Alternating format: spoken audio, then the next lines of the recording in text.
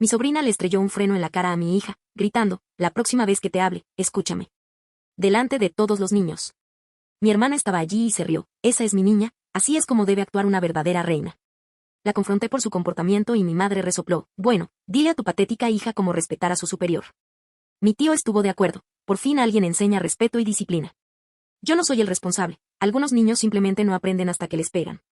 Llevé a mi hija, aterrorizada y con sangre, al hospital y mi papá me dijo con indiferencia, por favor, tráenos cerveza al regreso. Así que me aseguré de volver, lo que los dejó a todos sin palabras. Me llamo Allison y soy madre soltera de una persona muy hermosa y gentil.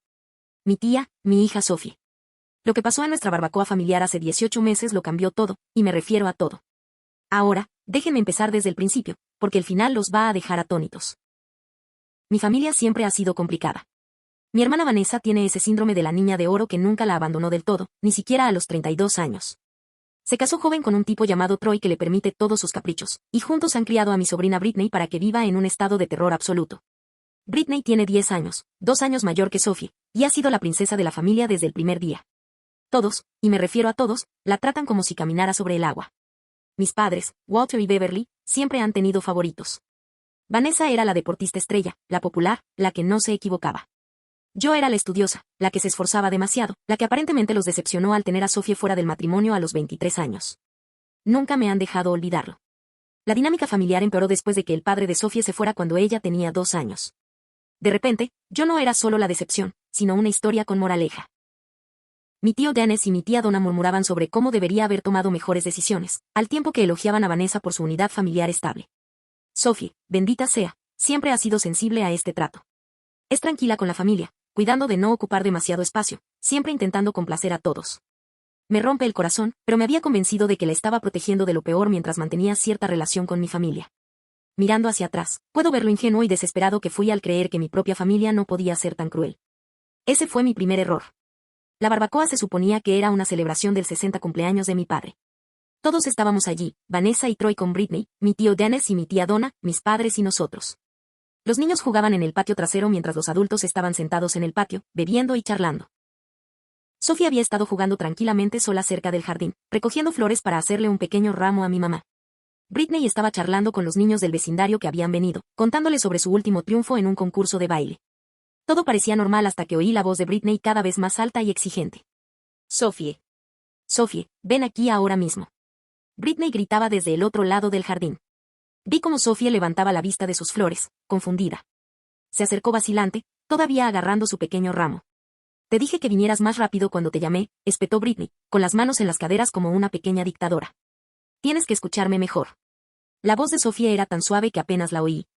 Llegué en cuanto llamaste, Britney. Ahí fue cuando todo se fue al garete. La cara de Britney se puso roja de rabia. No me respondas. Soy mayor que tú, así que tienes que hacer lo que te digo.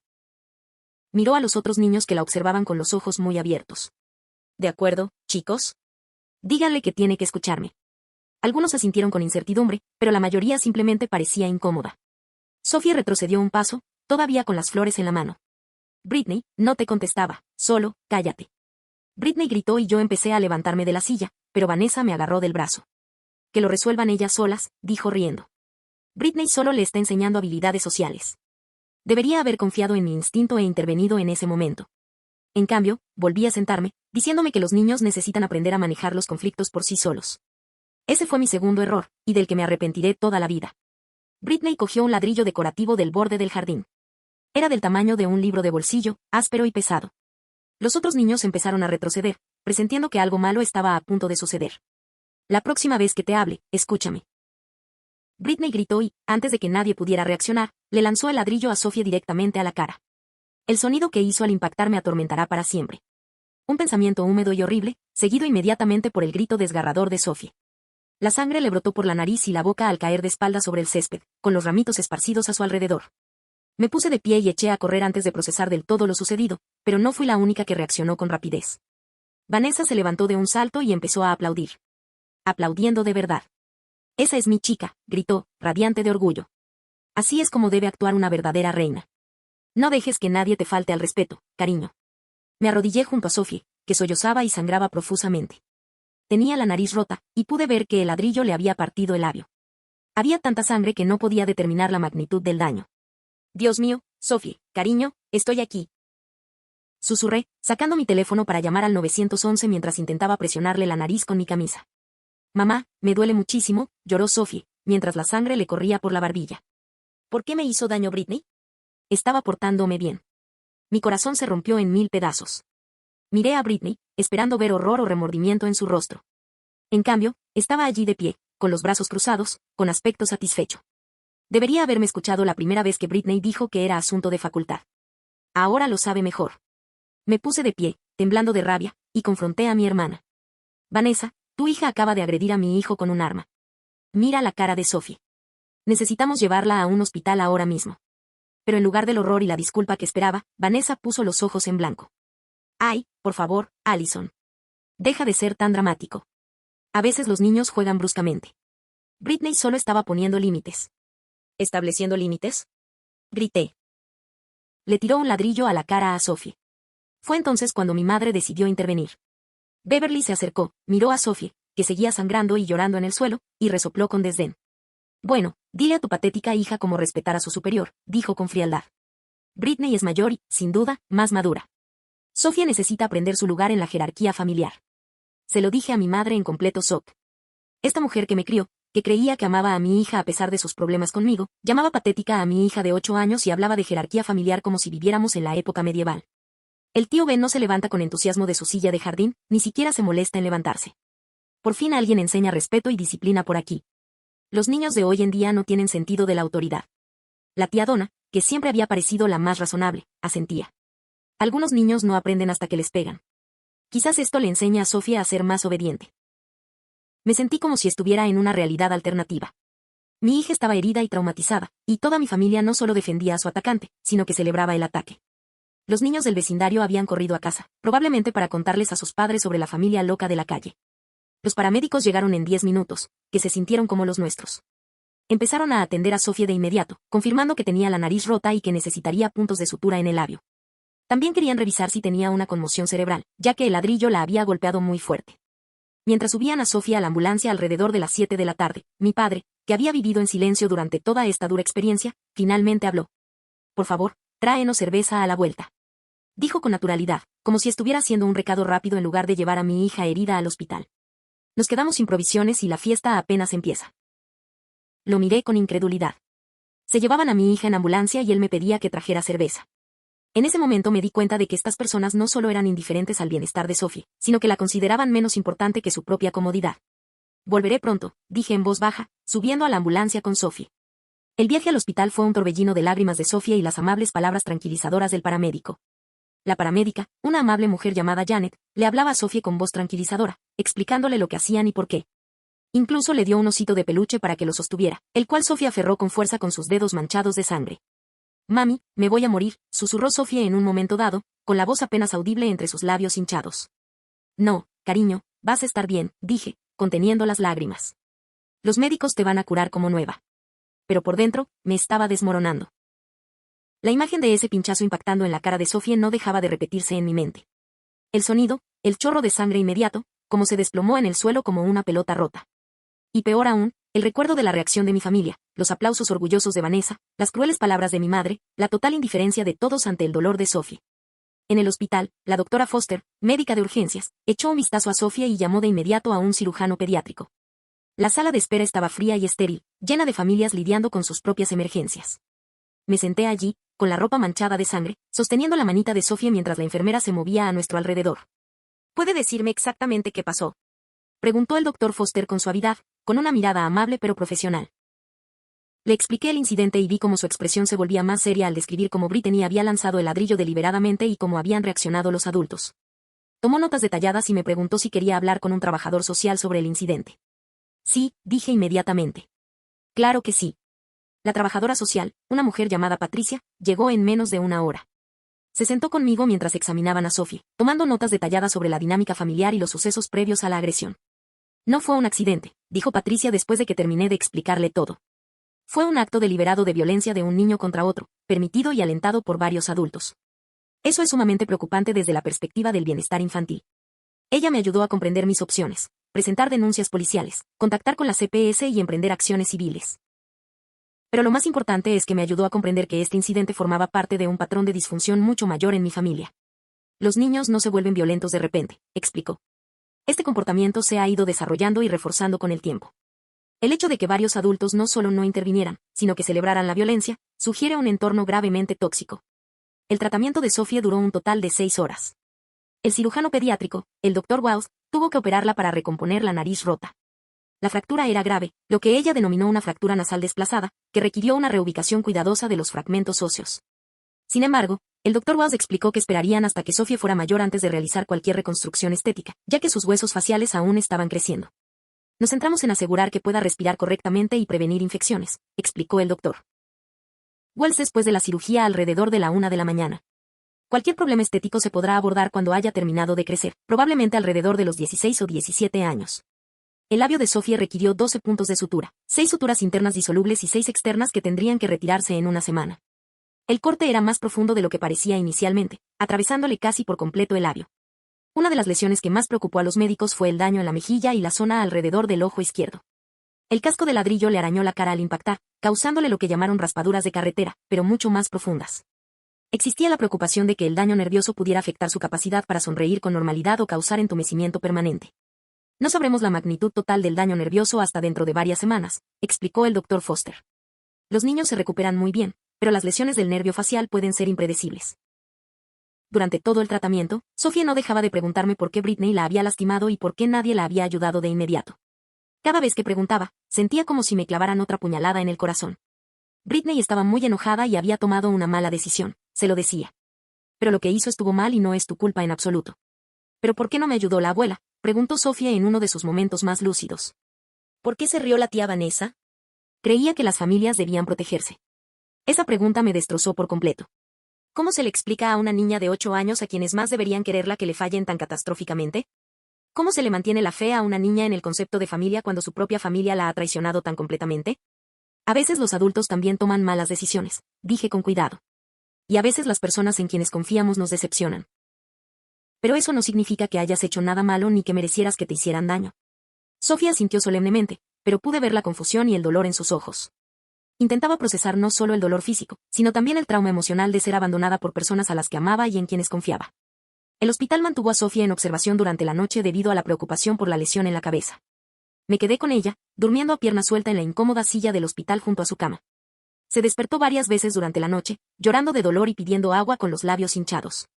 Cada vez que se despertaba, miraba la habitación confundida antes de recordar dónde estaba y por qué. Entonces volvía a llorar, no solo por el dolor físico, sino por el recuerdo de lo sucedido.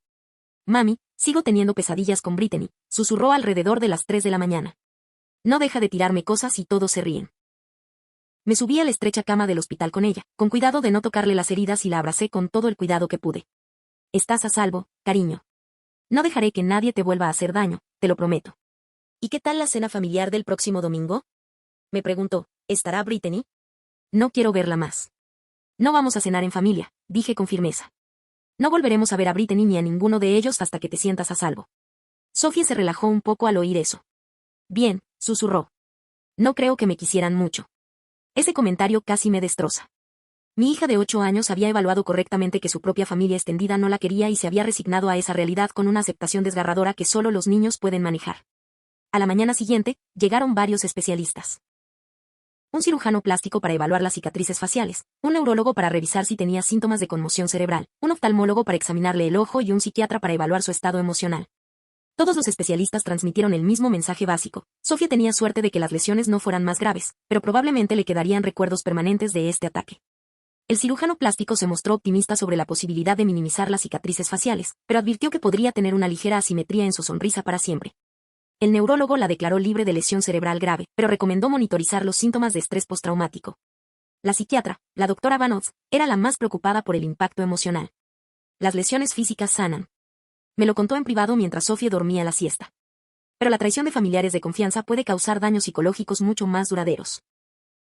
Sophie necesitará terapia exhaustiva para procesar no solo el ataque en sí, sino también el hecho de que los adultos en quienes confiaba no la protegieron. La doctora Vanotz también me recomendó que considerara mi propia terapia para lidiar con lo que ella llamó trauma secundario, el dolor de ver a tu hijo herido y traicionado. Los padres a menudo subestiman su propia necesidad de apoyo en situaciones como esta, dijo. Tú también has experimentado un trauma importante y necesitarás estar emocionalmente sano para ayudar a Sofía a sanar. Mientras Sofía estaba en cirugía, estuve en la sala de espera e hice algunas llamadas. Al principio, llamé a mi trabajo para avisarles que no estaría en casa durante varios días. Mi supervisor, Mark, fue increíblemente comprensivo cuando le expliqué lo sucedido. Tómate todo el tiempo que necesites, Allison, me dijo inmediatamente. Baja familiar, baja médica, lo que necesites. Y si hay algo en lo que pueda ayudarte, por favor, házmelo saber. Ese simple gesto de bondad de alguien que ni siquiera era familia significó para mí más de lo que puedo expresar. Fue un contraste tan marcado con la reacción de mi familia real que me hizo darme cuenta de lo anormal que era su comportamiento. La primera llamada legal fue a un abogado. Quería saber qué opciones legales tenía. El abogado, James Morrison, se especializaba en casos de lesiones personales con menores. Cuando le describí lo sucedido, hubo una larga pausa al otro lado de la línea. Déjame asegurarme de que lo entiendo bien, dijo lentamente. Un niño de 10 años le lanzó un ladrillo a la cara a su hijo de 8 años, causándole lesiones graves, y los adultos presentes no solo no intervinieron, sino que elogiaron el ataque. Eso fue exactamente lo que pasó, confirmé. Señora Anderson, esto no es solo un caso de niños jugando demasiado bruscamente. Esto es agresión, y el comportamiento adulto que describe sugiere, como mínimo, negligencia criminal. Necesitamos documentar todo de inmediato. Explicó que, si bien Brittany no podía ser acusada penalmente debido a su edad, existían recursos civiles disponibles. Más importante aún, dijo que el comportamiento de los adultos podría resultar en cargos penales por poner en peligro a un menor y no denunciar el abuso infantil. La segunda llamada fue a los servicios de protección infantil. La encargada de admisión, la señora Patterson, hizo preguntas detalladas sobre el incidente y la dinámica familiar previa. ¿Ha mostrado Brittany un comportamiento violento con Sophie antes?, preguntó. Me di cuenta, cada vez más horrorizado, de que la respuesta era sí. Había habido otros incidentes. Brittany la había pellizcado tan fuerte que le había dejado moretones, la había empujado en R. Pero siempre se había descartado como una rivalidad entre hermanos, donde los adultos se comportan como niños. Sí, lo admito. Ha habido otros incidentes, pero no los reconocí como un patrón de abuso hasta ahora. La señora Patterson programó una visita de emergencia a domicilio de Vanessa para el día siguiente. También le recomendó que documentara todo lo que recordara sobre el comportamiento previo de Brittany con Sophie y otros niños. La tercera llamada fue a mi compañía de seguros, para documentarlo todo por si acaso se presentaban demandas. La representante fue profesional, pero pareció sorprendida cuando le describí las circunstancias de las lesiones de Sophie. ¿Entonces no fue un accidente? Me pidió una aclaración. No, fue una agresión deliberada presenciada por varios adultos que no intervinieron, le dije. Necesitaremos informes policiales y documentación médica, pero sí, esto debería estar cubierto por tu póliza. Sin embargo, podrías considerar emprender acciones legales contra los responsables por daños adicionales. Pero la llamada más importante que hice fue a mi mejor amiga Rachel, que es trabajadora social. Le conté todo lo sucedido y ella fue inmediatamente al hospital para estar con nosotros. Rachel llegó justo cuando Sophie iba a ser operada y me ayudó mientras lloraba en la sala de espera. Trajo una bolsa con provisiones, ropa cómoda para cambiarme, bocadillos, cargadores de teléfono e incluso un pequeño peluche para Sophie. No puedo creer que reaccionaran así, dijo después de que terminé de explicarle todo. Trabajo con familias disfuncionales a diario, pero celebrar la agresión a un niño. Eso es algo que nunca había visto. Rachel me ayudó a comprender las dinámicas psicológicas que influyen en mi familia. Explicó conceptos como el chivo expiatorio, donde un miembro de la familia se convierte en el blanco de la disfunción de todos los demás, y la facilitación, donde los miembros de la familia apoyan activamente conductas dañinas. Sophie ha sido el chivo expiatorio de la familia, explicó. La violencia de Brittany hacia ella no ocurre de forma aislada, sino que es reforzada y fomentada por los adultos. Por eso celebraron en lugar de horrorizarse. También ayudó a comprender que mi propio papel en la familia había sido minimizar y gestionar el maltrato de Sophie para mantener la paz. Has estado intentando proteger a Sophie mientras mantienes relaciones con personas que no valoran su bienestar. Es una posición imposible e insostenible. Rachel me acompañó durante toda la cirugía de Sophie, ayudándome a procesar lo sucedido y lo que debía suceder a continuación. También me ayudó a darme cuenta de que este incidente, por horrible que fuera, podría ser en realidad una bendición disfrazada. A veces se necesita una crisis para ver con claridad las relaciones tóxicas, dijo. Este ataque fue tan extremo que ni siquiera uno puede minimizarlo ni justificarlo. Te ha obligado a afrontar la realidad de cómo estas personas tratan a Sophie. Cuando Sophie salió de la cirugía, Rachel estuvo allí para ayudarme a comprender la información médica y defender sus necesidades. También me ayudó a documentar todo para los diversos procedimientos legales y de servicios sociales que vendrían después. Pero lo más importante es que Rachel me ayudó a darme cuenta de que Sophie y yo no estábamos solos. Enseguida empezó a ponerme en contacto con recursos, grupos de apoyo para padres de niños maltratados, terapeutas especializados en trauma familiar y organizaciones de asistencia legal que podían ayudarme con los costos del litigio. Tienes toda una comunidad de personas que te apoyarán en esto, me aseguró. Sofía no necesita esas relaciones familiares tóxicas cuando puede tener relaciones sanas y comprensivas con personas que realmente se preocupan por su bienestar. Esa noche, mientras estaba sentada junto a la cama de Sofía en el hospital viéndola dormir, tomé una decisión.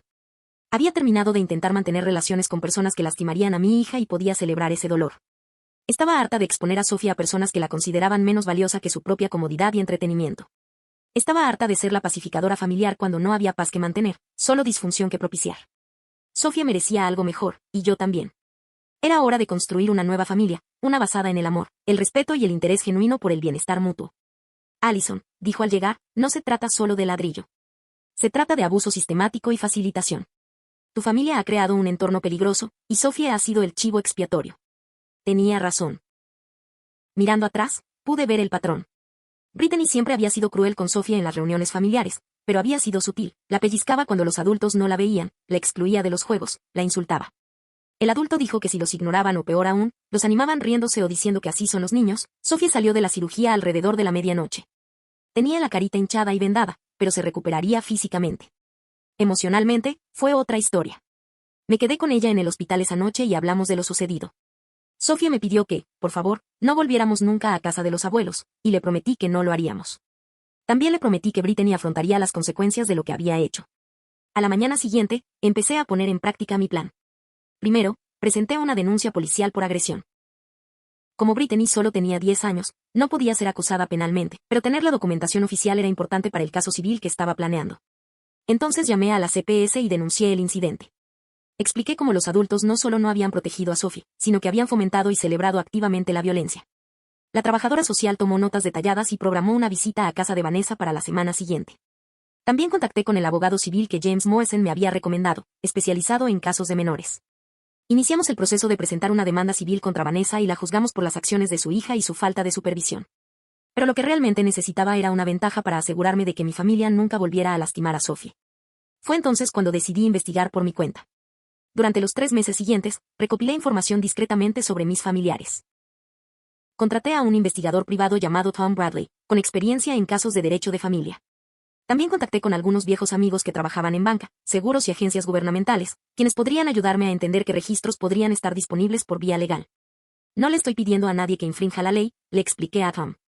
Pero quiero saber si existen registros públicos, documentos judiciales u otras fuentes legítimas de información que puedan ayudarme a comprender la situación real de mi familia. Tom fue metódico y profesional. Empezó con registros públicos, registros de propiedad, expedientes judiciales, licencias comerciales y otros documentos a los que cualquiera podía acceder. Lo que descubrió fue fascinante. El tío Dennis, que tanto había mostrado su entusiasmo por enseñar respeto por la violencia, ya se encontraba en medio de una situación complicada.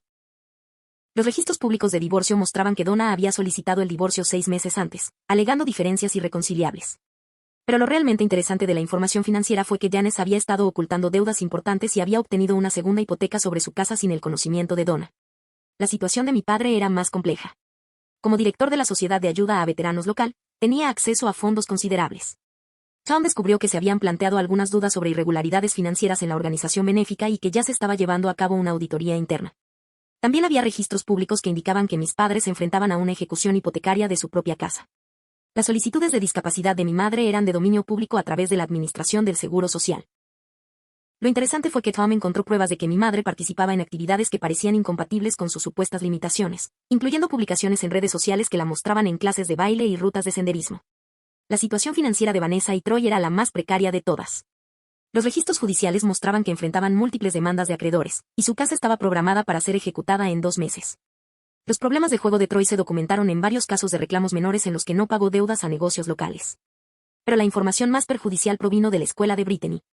Utilizando canales legítimos, dado que Sofía también era estudiante del distrito y me preocupaba su seguridad, pude solicitar información sobre cualquier incidente relacionado con Brittany que pudiera afectar a otros estudiantes.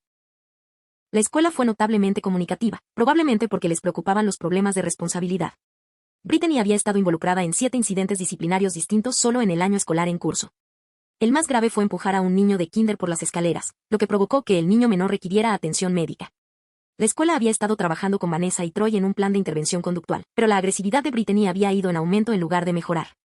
Con esta información, pasé las siguientes semanas planeando cuidadosamente mi estrategia. Quería asegurarme de que mi familia comprendiera todas las consecuencias de sus acciones y de que Sofía estuviera protegida de cualquier incidente futuro. Con esta información, hice los preparativos finales. imprimí todo y lo organicé en carpetas ordenadas. También hice copias de los informes médicos del tratamiento de Sophie, el informe policial y la documentación de la CPS. Luego fui de compras. Compré la cerveza más cara que encontré, de cervecería artesanal, que costaba 40 pesos la caja. Quería que mi padre supiera exactamente cuánto me había costado su pedido, tanto literal como figurativamente. El domingo por la noche, exactamente 4 meses después de la barbacoa, volví a casa de mis padres. Sabía que estarían todos allí porque Vanessa había publicado en Facebook sobre la cena familiar del domingo, con fotos de Brittany jugando felizmente en el mismo patio trasero donde agredió a Sophie. Llamé a la puerta y me abrió mi madre. Parecía sorprendida de verme. «Ay, Allison, no te esperábamos». «¿Dónde está Sophie?» «Sophie está a salvo en casa con una niñera», dije con calma. «Todavía se está recuperando de sus heridas, pero le prometí a papá que llevaría cerveza, así que aquí estoy». Entré en casa con la caja de cerveza cara y varias carpetas gruesas y minimalistas. Todos estaban allí, tal como esperaba. Vanessa y Troy, Brittany, el tío Janes y Adana, y mis padres. «Allison», me llamó mi padre con jovialidad. «¿Te acordaste de la cerveza? ¿Por qué tardaste tanto?» «Bueno, papá, han sido unos meses muy ajetreados», dije, dejando la cerveza en la encimera de la cocina. Sophie necesitó cirugía para recuperar su nariz rota, fisioterapia para sus problemas de movilidad y terapia intensiva para superar el trauma. Además, me he estado reuniendo con abogados, policías y trabajadores sociales. Ya sabes, lo típico que pasa cuando agreden a tu nieta en una reunión familiar. La habitación se quedó en silencio. Vanessa se removió incómoda, y de repente, a Troy le pareció muy interesante su teléfono. Ahora, antes de hablar de la cerveza, continuó, quería compartir información que he recopilado durante los últimos meses. Considérelo mi contribución a la transparencia familiar. Abrí la primera carpeta y le entregué a mi tío una copia de los papeles de su divorcio y la declaración financiera. «Dennis, estos son los registros públicos de tu proceso de divorcio. Donna, seguro que ya sabes que Dennis pidió una segunda hipoteca sobre tu casa sin decirte nada, pero ¿sabías lo de los $50,000 en tarjeta de crédito que ha estado ocultando?» Donna agarró los documentos y los miró con asombro. El tío Janes palideció. «¿Cómo lo hiciste?» «Ay, no es nada», interrumpí, entregándole a mi madre un fajo de documentos. «Mamá, estas son copias de tus publicaciones en redes sociales del año pasado. En esta, sales de excursión por un sendero de montaña el mes pasado, y en esta, participas en una competencia de baile. Es curioso lo activa que eres para alguien que cobra una pensión por discapacidad por una enfermedad degenerativa de la columna». A mi madre le temblaban las manos mientras revisaba los papeles. «Allison, no lo entiendes». «Lo entiendo perfectamente», dije, girándome hacia mi padre. «Papá, esta carpeta contiene documentación sobre la auditoría en curso en la Sociedad de Ayuda a Veteranos. La investigación interna encontró algunas discrepancias interesantes en la gestión contable. Seguro que son solo errores contables, ¿verdad?» Mi padre se levantó bruscamente, con el rostro desencajado por la ira. «Maldita sí. ¿Cómo te atreves?» «No he terminado», dije con calma. «Vanessa, Troy, esto es para ustedes». Les entregué los documentos de cierre y copias de sus informes crediticios. Parece que el estilo de vida de Brittany está a punto de acabarse. La casa se subastará el mes que viene. Vanessa estaba llorando, y Troy parecía a punto de vomitar. Y finalmente, dije, sacando la última carpeta, estos son los expedientes escolares de Brittany que obtuve por los canales legítimos como madre en el mismo distrito. 7 incidentes disciplinarios este año, incluyendo uno en el que hospitalizó a un niño de 5 años. El distrito escolar está muy interesado en hablar sobre su patrón de violencia creciente, especialmente ahora que hubo un incidente fuera de la escuela que resultó en la cirugía de otro niño. Brittany, que había estado sentada en silencio durante todo esto, de repente habló. «Mamá, ¿de qué habla Allison?» «Está hablando de consecuencias, Brittany», dije, mirándola fijamente. «Cuando lastimas a otros, siempre hay consecuencias. A veces llegan rápido, y a veces tardan una semana en llegar, pero siempre llegan». Volví para dirigirme a la sala. «Ahora, hablemos de lo que sucederá después». Presenté cargos por agresión y demandas civiles contra Vanessa y Troy por las acciones de Brittany y su falta de supervisión. Los Servicios de Protección Infantil, CPS, han completado su investigación y han determinado que el ambiente familiar es preocupante. Han ordenado terapia familiar y control de la ira para Brittany. La sala estaba en completo silencio, salvo por el sollozo silencioso de Vanessa. También he proporcionado copias de toda esta documentación a las autoridades pertinentes, a la Administración del Seguro Social sobre las solicitudes de discapacidad de mamá, a la Junta Directiva de la Organización Benéfica sobre la situación de papá y a la escuela de Brittany sobre su patrón de violencia. Hice una pausa para asimilar esto antes de continuar. Pero la cosa es que estoy dispuesto a que todo esto desaparezca con una condición. Todos se inclinaron un poco hacia adelante, desesperados por encontrar una salida al lío que armé. Nunca jamás volverás a contactar a Sophie ni a mí. No llamarás, ni enviarás mensajes, ni correos, ni te presentarás en nuestra casa. No intentarás contactarnos a través de amigos en común ni de otros familiares. Para Sophie y para mí, ya no existes. Allison, por favor, susurró mi madre. Somos familia. No, dije con firmeza. La familia se protege mutuamente. La familia no se ríe cuando un niño es agredido. La familia no llama patético a un niño de 8 años herido. La familia no le pide a nadie que traiga cerveza mientras su hija está en urgencias. Tomé la caja de cerveza cara del mostrador. ¿Sabes qué? Creo que me quedaré con esta cerveza. Me costó 40 pesos, que son unos 39 pesos más de lo que cualquiera de ustedes vale. Mientras me dirigía a la puerta, me di la vuelta una última vez. Y si alguno de ustedes intenta tomar represalias contra Sofía o contra mí, toda esta información se hará pública de inmediato. A los periódicos les encantaría una historia sobre el director de una organización benéfica para veteranos que roba a más viudas, sobre un trabajador social que comete fraude por discapacidad, o sobre padres que animan a sus hijos a agredir a otros niños. Salí de esa casa y no miré atrás. El proceso legal tardó unos 12 meses en resolverse por completo. Brittany tuvo que someterse a una terapia exhaustiva para el manejo de la ira y fue transferida a un programa escolar especializado para niños con problemas de conducta. Vanessa y Troy perdieron su casa, pero lograron evitar cargos criminales al cooperar con la investigación de la CPS y asistir a las clases obligatorias de crianza. El divorcio del tío Janes y Donna se formalizó, sin recibir la mayor parte de sus bienes debido al engaño financiero de Janes. Mi padre se vio obligado a renunciar a la organización benéfica para veteranos y se sometió a una auditoría externa, aunque no se presentaron cargos penales. Las prestaciones por discapacidad de mi madre se revisaron y redujeron, pero ella evitó cargos por fraude al aceptar devolver los pagos cuestionables. Pero el resultado más importante fue que Sofía y yo finalmente nos liberamos de su toxicidad.